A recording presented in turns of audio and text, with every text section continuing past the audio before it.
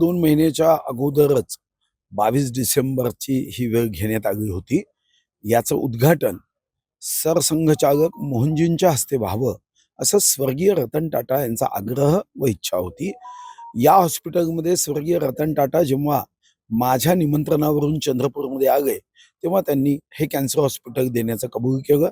आम्ही एक ट्रस्ट तयार केली मंत्रिमंडळाच्या बैठकीत जाऊन आणि सेक्शन 8 कंपनी करून यामध्ये आता टाटा ट्रस्ट सरकार असं ही ट्रस्ट असून या माध्यमातून 280 कोटी खर्च करून यामध्ये टाटानी काही पैसे दिलेत ट्रस्टच्या माध्यमातून, काही पैसे डिस्ट्रिक्ट मायनिंग फंडमधून दिले.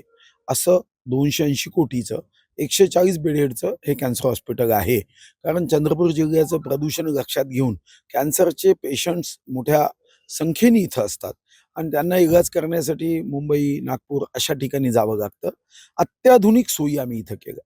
देशातली पहिली हेलियम गॅसचा उपयोग न करता या ठिकाणी असणारी पहिली मशीन, ही देशातली पहिली, ही या टाटा कॅन्सर हॉस्पिटलच्या माध्यमातून आम्ही घेतली आणि या पंडित दीनदयाळ उपाध्याय कॅन्सर केअर हॉस्पिटलमध्ये उत्तमातल्या उत्तम सेवा दिल्या जात आहे.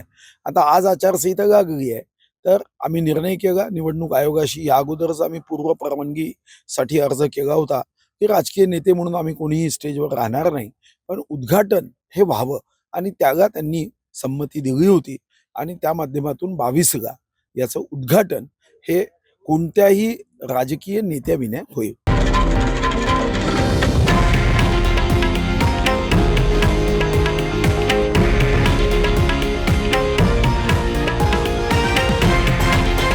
हे आहे देशातील नंबर 1 न्यूज नेटवर्क आणि आपण पाहत आहात TV9 मराठी, एकमेव.